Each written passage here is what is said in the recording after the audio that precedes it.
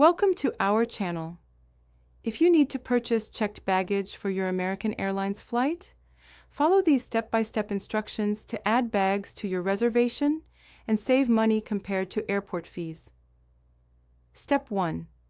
Visit the American Airlines website or open the mobile app on your smartphone and access your account. Step 2. Sign in using your AAdvantage account credentials or retrieve your reservation using your confirmation code and last name. Step 3. Go to My Trips or Manage Trips to view your upcoming flight reservations. Step 4. Click on the specific reservation where you want to add checked baggage. Step 5. Look for the Add Bags, Check Bags, or Baggage section within your trip details. Step 6. Select the number of checked bags you need to add for your journey. Review the baggage allowance and fees for your fare type. Step 7. Proceed to payment and enter your credit card information to purchase the checked bag allowance. Online purchase is typically cheaper than paying at the airport.